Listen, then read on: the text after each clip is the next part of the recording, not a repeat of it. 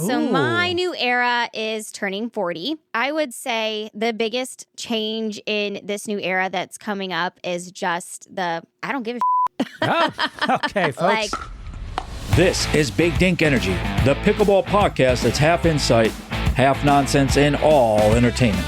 If you love pickleball, don't take yourself too seriously and think a little trash talk makes the game better, welcome home. This is the place where life and pickleball intersect. We celebrate the chaos, call out the nonsense, and put the fun back in dysfunction. You're either in or you're out.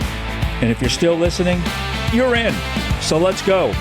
Big Dink Energy starts now. Do you believe in life after love? Okay. No? Yeah, Close to share. That was my was a little rough. closest share. But do you believe in the Big Dink Energy podcast, the official podcast of pickleball, coming live to you free of charge for now? So get it while you can. You sounded like Cher from the Grammys this year. Yeah.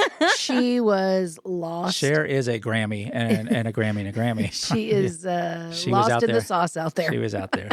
Hard to hide the diaper. Oh my gosh. Listen to me right now. We've got a sponsor. Yes, we do. We've got a sponsor. How about you? Well, I think you do want this. There's a million apps for tracking your score, 0 for tracking the memories. Dink and Dash is changing that. Listen, I said Dink and Dash is changing that. Badges, journals, photos, pickleball pals, pickle pals, your whole pickleball story in one How many times can you say place. pickleball? That's right. It's coming soon. Follow at Dink_and_dash now. That's at Dink_and_dash now. All right. For Kitchen Talk this week, I thought we would talk about something different. All three of us. Don't we always? Well, we don't really talk about this. This is a little bit more personal. Oh, here we go. So all three of us are kind of in our rebrand era, whether we like it or not. We all have something different going on at this time in our lives that is really changing us. It's deep within us. It's physical, it's mental, it's emotional. So I thought we would all kind of talk about that a little bit. Guy, do you want to go first with your news? Yes, I stubbed my toe the other day. No, you're literally like 8 days out from having total knee replacement. Yeah, I had a total knee replacement 8 days ago. I've been handling it amazingly. Not true at all. I generally consider myself a Superman of sorts, and I'm just going to have to say I think they use kryptonite on the operating table because this has put me on my back more than I thought it would. You're actually doing really well. You Like, are. You have been walking around. You're off a walker. You're on a cane. Like, you're doing all your exercises. Like, I'm highly impressed because Same. I would still be like in bed asking for bonbons. Yeah. Yeah, and it was quite an amazing process at the hospital. I mean, I got to wear a diaper for the first time. That was fun. For the first time. I dressed up as a ghost. You did. While I we went around waited. the room as a ghost. We annoyed every nurse The that came in nursing the room. staff loved you. Almost fell Favorite over. room. Almost fell over once. Yeah, it was awesome. The PT lady had to catch me, so It that was awesome. Yeah. It was so funny. And the best part about it so far has been the drugs. Yes. Has been the drugs. So I mean, it was a natural thing, beating my body up for many, many years. It had just taken a toll finally, bone on bone inside the knee, bone pieces in there. They had to vacuum out. And so I'm looking forward to the results. Yeah. I'll say Yeah. that, because there were so many limiting things to how the knee was. Stairs were an issue. Pickleball was an issue. Pickleball was a big issue. Yeah, there's some days you just, not going to happen. Yeah. Yeah. And on the days that did happen, you were hurting for days after. Yeah, so this is a year that I've also taken 300% more baths than I ever had in my whole lifetime. Good. True. Which is to say three, when my knee was acting up like that. So just realizing that, you can take things a little slow. You don't have to rebound as fast, which is tough for all of us. Absolutely. Yeah. So yeah, it is tough to take a knee. So I knew it was coming. they took it right at the hospital. Literally. Now they gave me a bionic one. I believe I'm part Wolverine now. So that is also the other benefit. That's some good back scratching if you are. Yeah. Yeah. There you go. How about you, Paddle Princess? You got something coming up on Thursday. Yes. So Ooh. my new era is turning 40. I would say the biggest change in this new era that's coming up is just I don't give a shit.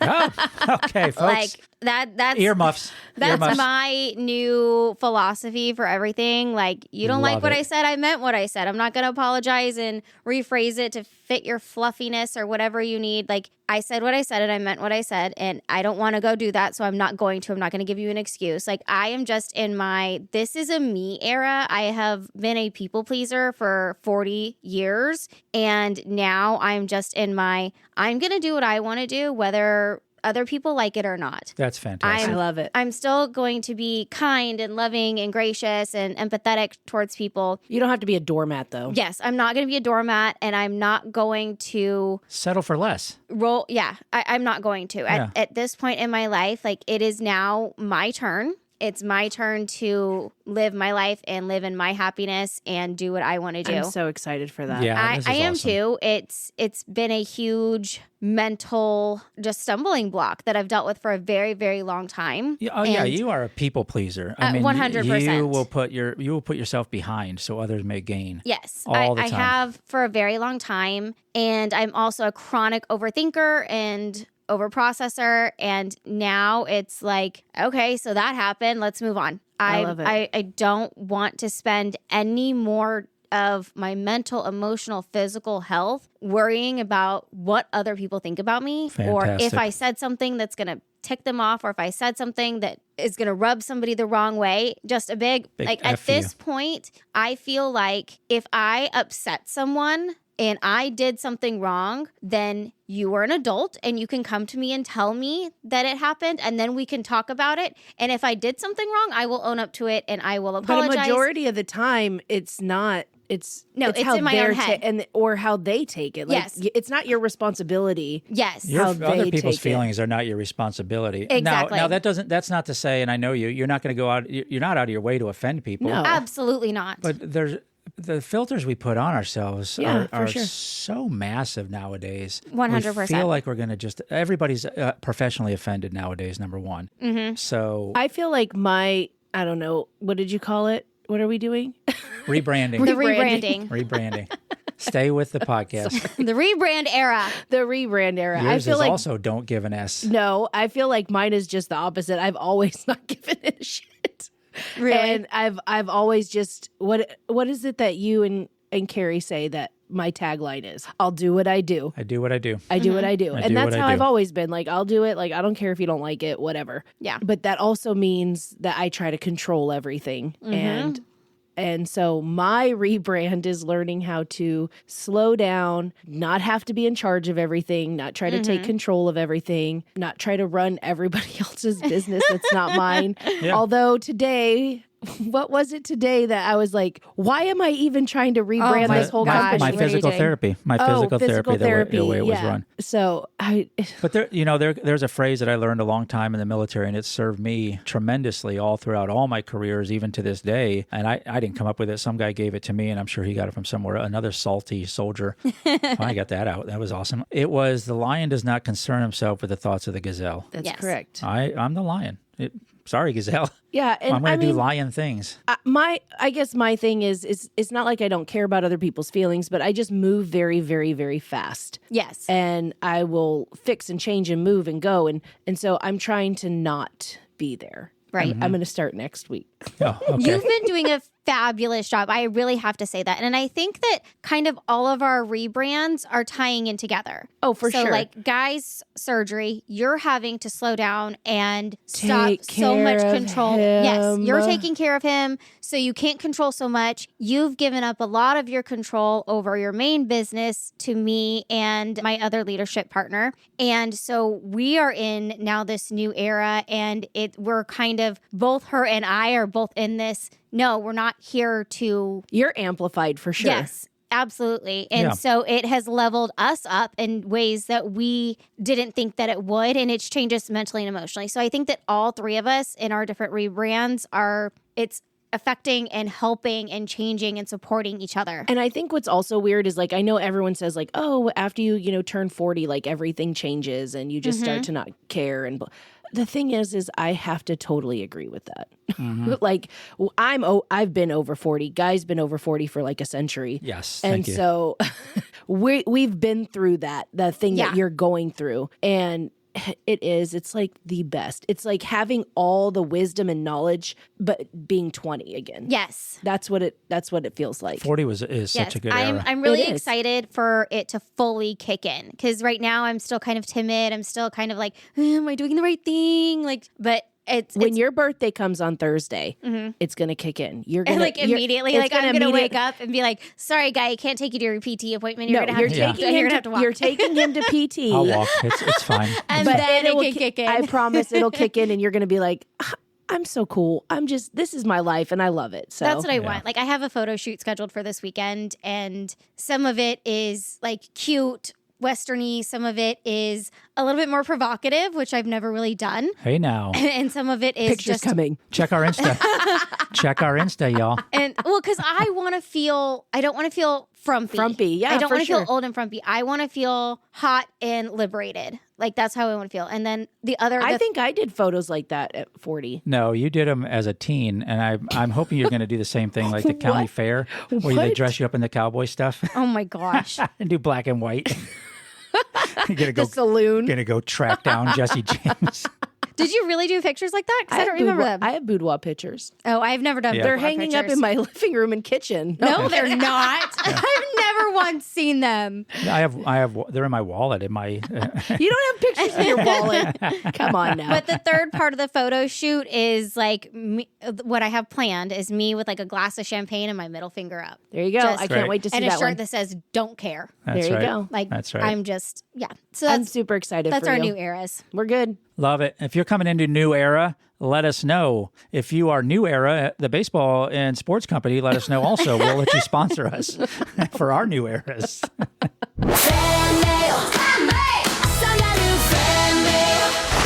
Well. That's a deep subject. We have a... Dumb dad joke. We have some fan mail, and we love fan mail. I'm just going to tell you right now at the top of this, bdepodcast.com to get your fan mail to us. It helps promote the show and keeps us going for sure. We've got a card here from Sean Paul. We love us some Sean Paul Pickleball. Yes. Out there in the OHIO.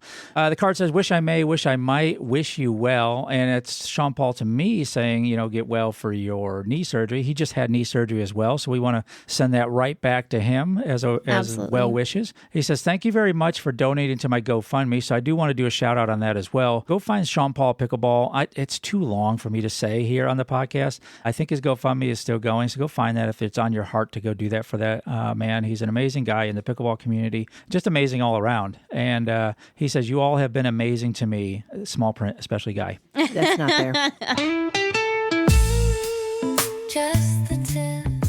Just the tip, quick pickleball wisdom in and out before you know it. If you apologize after every mistake, you're not being polite, you're announcing your confidence level. Missing is part of the game. Everyone does it. But when you say sorry after every ball, you're telling your partner and your opponents you expect to mess up. That energy shows. Confidence isn't never missing. It's missing, nodding once, and being ready for the next rally. Miss it, own it, and move on. The loudest thing you can say on the court is nothing at all. Just the tip. It's time for Pickle Pals. Our guest today is a guy who said, you know what pickleball really needs is therapy. I couldn't agree more. He created a podcast, wrote a book, and built an entire coaching system around the idea that your mind is either your greatest asset or your worst enemy on the court. I think you've all experienced that. He's a senior pro who won bronze at the 2024 Nationals, and he lives by one simple philosophy that I know our other co-hosts would love. Do the least necessary to get the job done, whether that's shaving his beard or winning at pickleball. From Tampa, Florida, we've got Tony Roig with us, co-founder of Better Pickleball and host of the Pickleball Therapy podcast. Tony, thank you so much for being on with us. This is big for us. Guy, I appreciate you having me on, and I love the introduction. I'm going to, from now on, I'm going to be like, hey, I need to say something about myself. I'm going to call you up. Hey, Guy, can you, I'll send you some pieces and you put that together. So, and I love your intro music. Big props on that. Yeah. Now, I've got to ask the question, the 2024 Nationals winning bronze. I mean, obviously, there's a lot that goes into that for the mental game. Kind of walk us and our listeners through that. Sure. And, it's a really interesting format, Guy. And you and I were talking a little bit before we got on about the sense of community in pickleball and how valuable that is to players and to just the experience, right? And I think it's one of the things that makes pickleball unique. Yeah. And I will tell you, and there's the overall pickleball community. And I think, I'm sure you're the same way, but like when I travel or I'm just walking around and I hear the puck, I'm like, I turn, I'm looking for it. Yeah. Like when I was in New York City, I don't know, a few months back, I was walking through some areas. I didn't expect pickleball courts. And these were random, like one of those little, like a community park that just has a swing set and really small, but they have one pickleball court. And so you're walking, all of a sudden you're puck, and you're like, what's happening? Yep. But so you have the big community, and then you have these, like, you have sub communities within our community, right? That build on themselves. And so one of these that's really powerful is the para pickleball community or wheelchair pickleball community. Yes. And so I had the pleasure of playing with my friend Ken Dumont from Canada, who's a wheelchair player, battles really hard in the sport and things like that. And he asked me to play hybrid, which is they call it one up, one down. So one standing player, one wheelchair player. So we were playing in that division, and I don't remember how it was organized. It was either like 4.0 plus or 4.5 plus, but it was like the highest level of that at the nationals that year. And so we played our first round match against, and I think it was Ryan, and I can't remember the other gentleman, Troy, I think. Anyway, so we play them. We win. I'm telling you the full story because I think this will resonate. So we play we win the first game. We're up 10-6 in the second game, right? They mount a great comeback, and they beat us 12-10 in the second game and beat us the third game. So they knock us down to the back draw. So now we're in the back draw. We make it through the back draw. Wow. We get to the bronze medal match because this is one of those where you finish. You can't make it back out to gold, but you can make it to bronze. So we make it to the bronze medal match, and who do we face? The same team again. And so now and I know it was going to be a good match because, we went 3 the first time and it was competitive. So I was like, this is going to be a great match. And I'll tell you, the sense of community there, like it was bronze medal. So gold, silver was done. Every other game was done, right? Everybody had concluded. And it was like the sun was setting. It was like we were in one of those courts that had maybe 3 level bleachers on the side, small bleachers for people to sit on. And everybody was there. Like the whole, everybody who played that day was hanging out, and watching. So we split games, and then we're in game 3 and we're down. I'm pretty confident. I'm going off memory a little bit here, but I'm pretty confident the score was like either 9-4 or 10-4. We're down. And I knew that Ken was feeling a lot of pressure, right? Because, I'm a senior pro player, right? And Ken's newer to the sport than I am. And so, it's normal, right? That he's going to feel more pressure than I am. He's, being targeted, which is fine. And just to be clear, guys and gals listening, the wheelchair players want you to go at them. Like there's no, they'll tell you basically, do not go easy on me. You got to play me straight up. And I'm like, so I did. And our opponent handled it magically. His volleys were amazing. His whole game was amazing. And the other guy too, frankly. But anyway, so Ken's getting targeted. So it's like, I think we were serving, and I look at Ken and I can see tension in him, right? So I pulled out some of my pickleball therapy ideas, and I was like, I looked at him, I said, we did gratitude in the moment. I just looked at Ken and I go, Ken, listen, let's look around you for a second, right? And again, it's beautiful sunset. It's like, the sky was like pink, and there's all these people around us. And I'm like, you're playing at nationals, man. We're playing at the bronze medal match. There's no, there's not, it's awesome, man. Just enjoy the moment. Yeah. Here's what happens, guy. He smiles. Yeah. So he smiles. I see him break a smile, right? So it relaxes him. So we win that point. So I look at him and I go, hey, we just won that point. If you don't effing smile this time, we're going to have a problem. So what does he do? He smiles again. And what happens? We win that point. That's right. And then you look at him and go you're gonna tempt fate now, whatever. You keep going with it, right? So we end up going back to 8-10. They take a timeout. I go to my friends were there from Better Pickleball. Some of the team were there, and I walk over and I'm like, there's no way we're gonna do to them what they did to us, right? Like that 12-10 thing they did to us. Sure enough, we come back and beat them 12-10. And it was, I'm telling you, Guy, it was on a smile. We didn't change strategy. It wasn't like all of a sudden we figured out, oh, you know what? We're hitting to the wrong place. No, it was just Ken relaxed a little bit. He smiled, he relaxed, he played his game, and we ended up winning. Yep. Bronze on a smile, if you want to call it that. I love that. I love that. And you're right. You're absolutely right. When you get too big in the moment, when you get too over your feet, I say, then it becomes not as fun as what it started out to be. And pickleball is just fun, whether you're trying to go for bronze or gold or silver. Pickleball is still about fun, and it's about connection. And you can get too far in people that snow ski too far over your skis,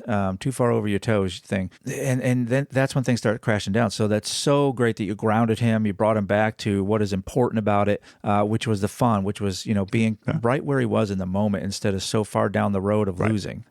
That's so not great. worrying about the next mistake you're going to make and things like that. And then, and that lets you just, like you said, be in the moment, be in the zone. And you know what? Let's say we hadn't come back and won. it's still the same, like it's the same experience, right? We're still in the same court, doing the same thing. That's right. And frankly, if you want to step back from it a second and look at it like big picture, the reason we got bronze and they didn't get bronze was because of the order of the matches, right? Because they beat us and we beat them. Yeah. If you take those and reverse them, they get bronze and we don't. So it's like there's things like that happen that, like, I think, players look at it, go like, I lost the game or won the game. Sometimes it's simply like the order of events or the, you know what I mean? It's little things like that. And so, that's right. Yeah, absolutely. Now, it's got to be those little moments like that just in your life, little winks from the universe or God, wherever you are with your faith, that just say, okay, there's something here. And so that's got to drive some of the book writing, right? The pickleball therapy book that came out recently. So are there a lot of stories like that kind of led up to the book, or were you always thinking about a book before that? So I've always enjoyed writing, and like the first book that I wrote was I think it was in 18 or 19. It's called Play Pickleball. It's like a beginner's guide to pickleball. It's still out there on Amazon. It doesn't, we don't push it that much, but it's still there. I wrote that before even, so it was like in 18 or 19, I think. So I've always enjoyed writing, and just to like the podcast actually was a personal project. And what I mean by that is I started the podcast for my journey. Like I wanted to explore things myself. And I said, okay, talking about it helps me explore it. And some of the podcasts, actually, you can hear me like pivot in the middle of it and go like, oh, that's a good idea. I hadn't thought about that. And then, so I'm going to explore that and we'll come back to it later. So to me, it's an exploratory idea, where I share some concepts, but also as I work through them with the audience, if you will, or through the process, then that helps me figure stuff out. And then I've also written, inside our Better Pickleball ecosystem, I write, several articles and blogs and things like that. I write for the Pickleball Kitchen and I do some other things like that. So I'm always writing. And so the book was like grabbing those ideas and pulling them together. I will tell you one interesting thing I think it's interesting to like think about the depth of the mental side. So when I start writing the book, right, I'm like, I have some concepts that are a certain type of thing and others a certain type of thing. And then it's like, how do I bring these together? Actually, the book that I wrote is actually going to be, it's the first of 3 books in the mental side, because as I thought about it more and I started organizing it, I realized, you know what, there's really 3 different areas that are important. One is the book, which I'll get back to in a second. But the second one is the one that most players think about, which is, I'm calling it play. So that's play mental game, meaning like focus on the court, right? And like the thing I did with Ken, that's more like a play. It has some of the third book, the book I wrote, which I'll explain in a second, but it also has like, what can you do during a game to optimize your ability to play that game well? So that's one area. The other area is improvement. Because that, as a coach, what I find is that presents its own set of mental challenges, right? The frustration of like, geez, I've been drilling this for like 3 months and it's not improving or whatever. Sure. So that's its own challenges. But then the book, I started with this one because I think this is the most valuable one, which is perspective. And that's like the really big picture idea of how you engage with the sport, how the sport engages with you, how you navigate yourself as a human being, things like that. And so basically the book is like, it's about you first, understanding yourself better, then understanding the game better, because I think it's important to understand that we do play a game where there's a winner and a loser. This is not like throwing frisbee, which is nothing wrong with that. You can throw a frisbee and it's very engaging, right? You can play other things that aren't as like stressful as win lose. You can also do things that are like golf is fine, but golf is like you against the course, and there's nothing wrong with that, right? Same thing with bowling to some extent, right? It's you and the lanes. Yeah.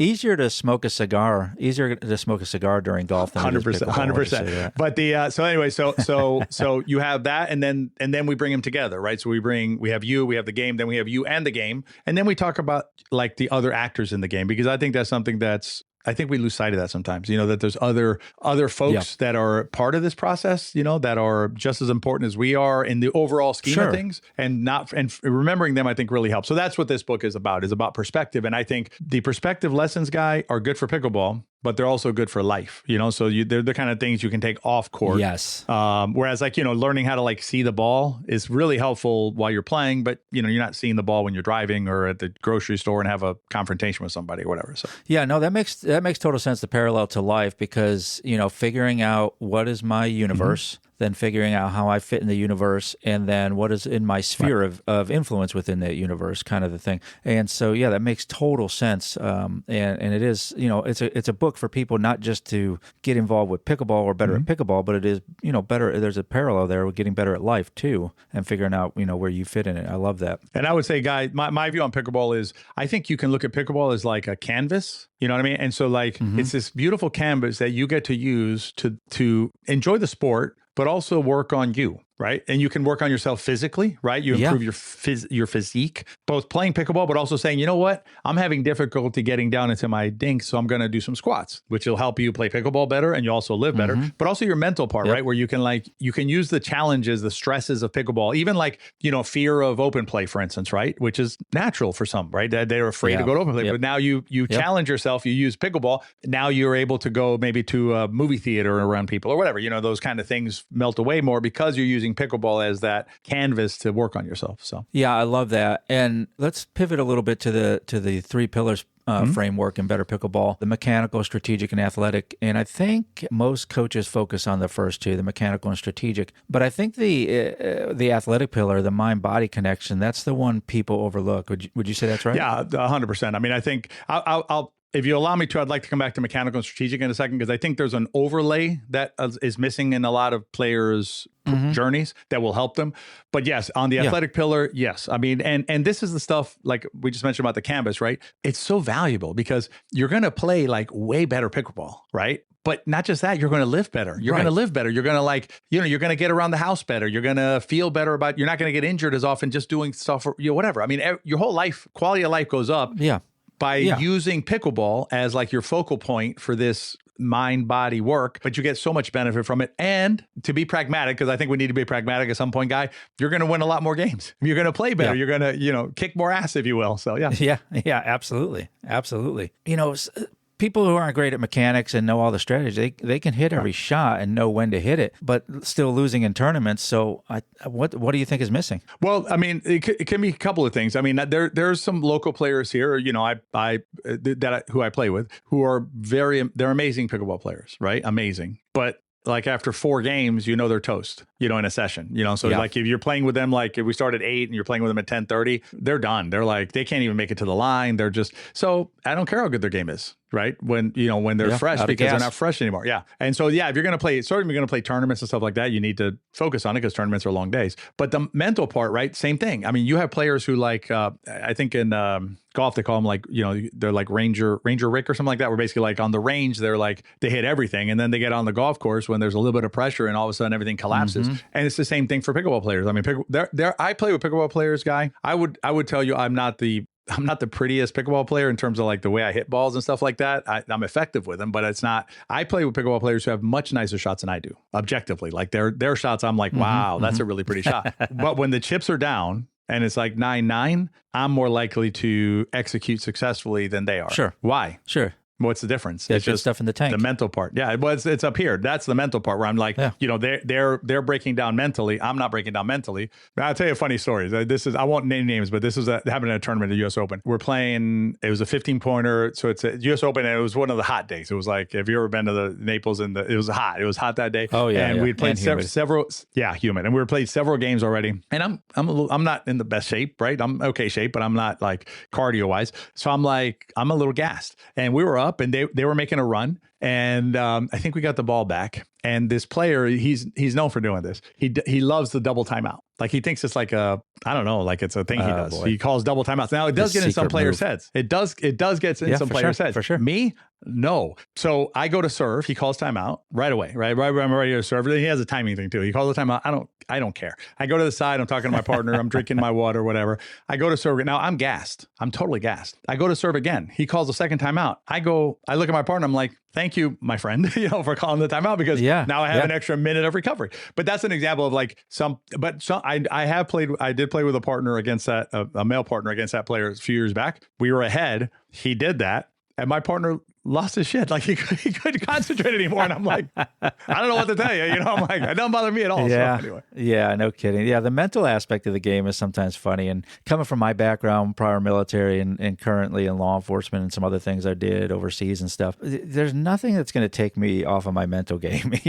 I've been in some stuff and I've done some things. So you can do whatever you want. I'm there to have fun, and fun is going to be what I lead with and everything that I do. So you're not going to be taking me off my game. But I do think some of the, once you start seeing your duper go up, then it becomes more important to win than fun. And sometimes that's when you see people crashing out. And I think what happens, Guy, is, my experience, and it happened to me, is the minute you have expectations for yourself, like in other words, like, I've seen a lot of little posts, little like short videos about this recently, and I think they're spot on. It's like when you first started playing, it's like you're playing with house money. It doesn't matter. You don't know what you're doing anyway. So it's like win or lose doesn't matter. Yeah. Then all of a sudden you win a few games, and now people are saying, hey guys, that guy's pretty good. And now you're like, oh shit, now I can't, I don't want to lose now because then they're going to think less of me, right? Or whatever, or it's stupor maybe, or whatever, right? There's some driver that's creating this, like, I can't. And I will tell you, I feel it sometimes because, I do have a solid duper and I'm a senior pro and I'm whatever. And so like, if I jump into open play at the facility,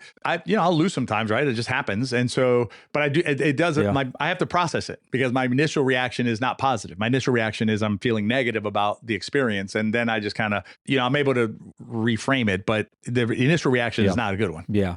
So people are listening right now and they're stuck. They're plateaued. They're frustrated. They're not improving. All the things, right? So what's one mental shift you would tell them they need to make before their next game? All right, I'm gonna go back to the overlay I was gonna give you because that answers this question. So we talked about the 3 pillars, right? And that's something that we developed. That's something that I really, my passion, guy. I love writing the book and I like doing the podcast, but my real passion is this. It's basically like, how do we strengthen players' relationships with the sport through their understanding of pickleball? I think that's super important. I think that's overlooked, and I always say it's overlooked. Frankly, I don't. It's not like the coaches don't want to do that, right? But I'm not sure that some coaches think that way. Like that's really your job as a coach. It's not just to teach them how to hit a third shot drop or something successfully. That's fine, but it's more like, okay, can I help this player build a stronger bond with the sport through my job? And my job here, I don't do facilities, I don't do paddles, I don't do balls. My job is to teach. My job is to transfer knowledge, right? So that's what the 3 pillars of pickleball were a helpful way of, like, siloing that so we can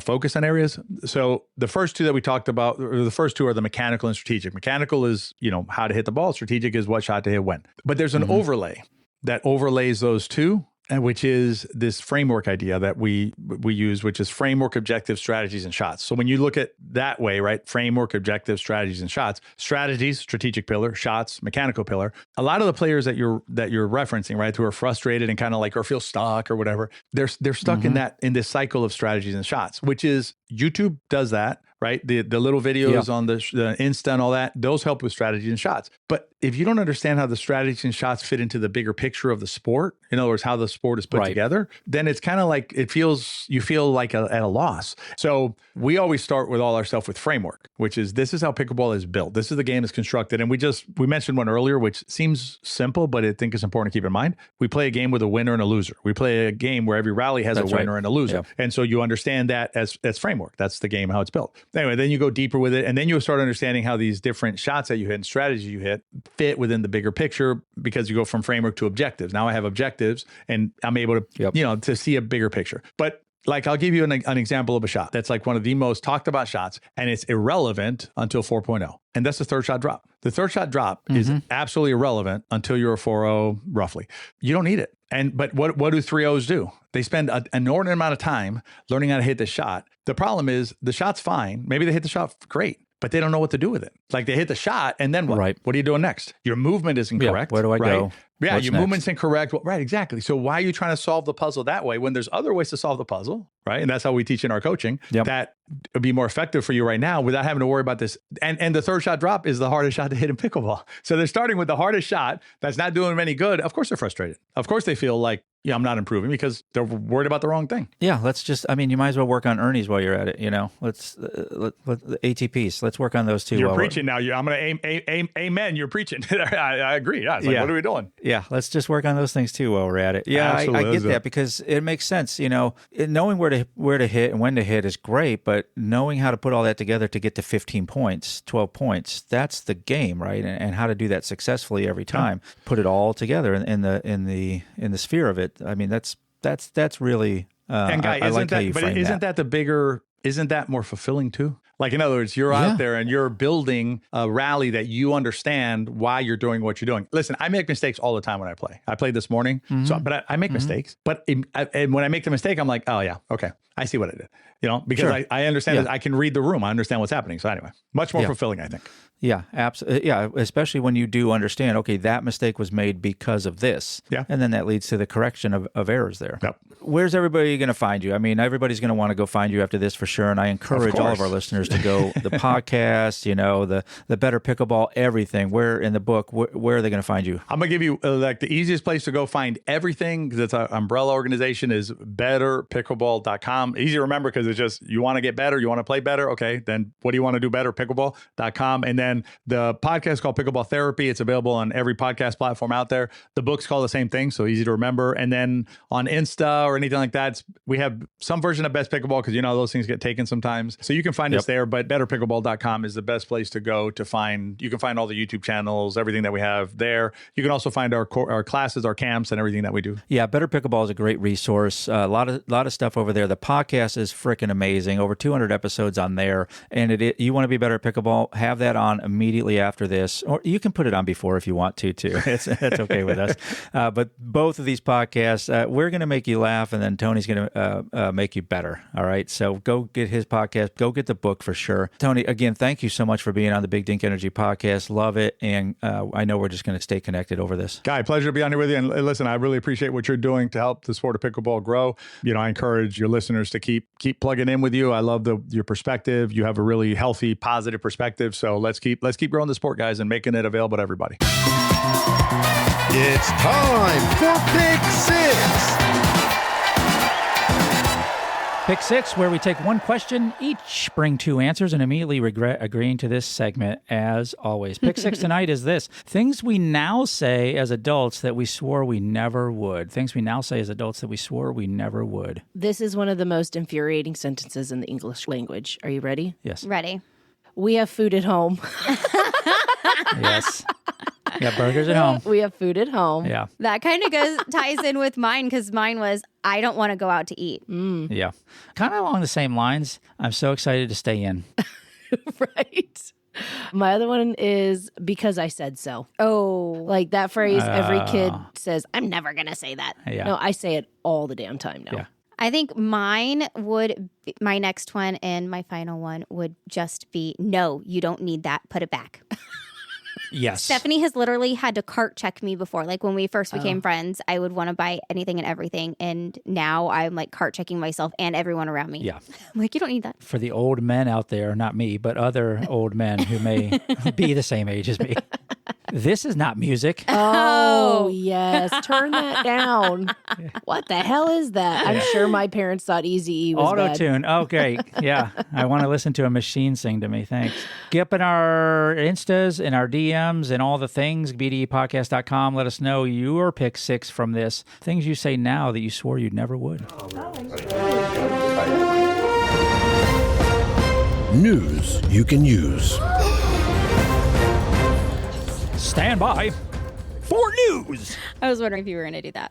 City Pickle just opened a 37,000 square foot flagship in the heart of Times Square at 1501 Broadway inside the historic Paramount building. It's their first year-round Manhattan location and now serves as their corporate headquarters. The building dates back to 1927 and once housed Paramount Studios. 60 years after the original Paramount Theater closed, the space is now back in action, this time with pickleball. The 8th floor venue features 7 professional-grade courts, a full-service bar and restaurant, lounge, and event spaces, co-working areas, and private shower suites. You can literally play above Times Square, shower, grab a cocktail, and take a meeting without ever leaving the floor. They preserved the exposed brick, concrete, and soaring 18-foot ceilings, then layered in dark green tones, leather accents, and rift-cut oak for a private club feel. Only 120 memberships will be released for 2026, but the public can still book court time. Pickleball has officially moved from park courts to primetime real estate. Times Square, lights, paddle. Love it. It's beautiful. Yeah. Yeah, come on down to the pickleball court. Like, could you imagine, though, like... I saw some of the pictures of the renovation, and then I saw a little, I don't know if it was a video or a little tiny doc on the guy putting it together, and he's trying to keep some of the same nostalgia, keep some of the same stuff and so cool. accessories that you can. But it is still in New York City. So, I mean, I guess you could probably get in advance ticket sales for the stabbing and mugging package. Probably not in that that. Pickleball Nikki, I think, yeah, had mentioned it. Yeah, she did. Yeah. And I just think, I mean, I love the marquee. Yes. First of all, I'm a huge Broadway person, so You in your flapper girl outfit I all do the time around all here. the time. Yeah. And I just, when I saw it and it had the marquee up there, I was like, wow, this is just going to be so cool. And not only that, the best, and I shared it on our Instagram, was their like commercial. And they used some of the Juilliard dancers, and they did like a whole fame type dance thing. Love And I that. like watched it 300 times, I swear. Love that. Like, on I just think repeat. it's so cool that pickleball is like, you know, not just in parks and not just has pickleball facilities, but like in the heart of Times Square. Yeah, and you're Like- repurposing that space. It has so much Yes. nostalgia. and it's bringing just- it like to 2026. So. Yes. Cigarettes, cigars. But like you can literally go play pickleball and like they have glass meeting areas. So you can go play a game and then go and You know, have like a there's- corporate there's meeting. several indoor pickleball courts that have shared meeting spaces. I just love that. I love that too. That's like so I cool. would totally do. I do it Same. now. I just put my computer up, but I mean, a nice, dedicated space is amazing. Someone is missing out right now, and I'm just going to tell you right now, steal my idea because I don't have enough time. You need to get a cigar bar attached to the pickleball. I know. Get a cigar bar attached to the pickleball. But then also have like an oxygen lounge so that we could all breathe after smoking a cigar. Don't come in. If you don't want to be where men are, Like don't come stogie in. and paddles or something. Yeah. Oh, that's cute. Yeah, garum balls. Okay. That's it for this episode. Unless you've got something to say, think we got it wrong, have a better take, we want to hear it. Find us at bdepodcast.com or at BDE Podcast on the socials. Drop us a message. We might just feature you in the next episode. If you had a good time, well, samesies. If not, maybe try again. We grow on people.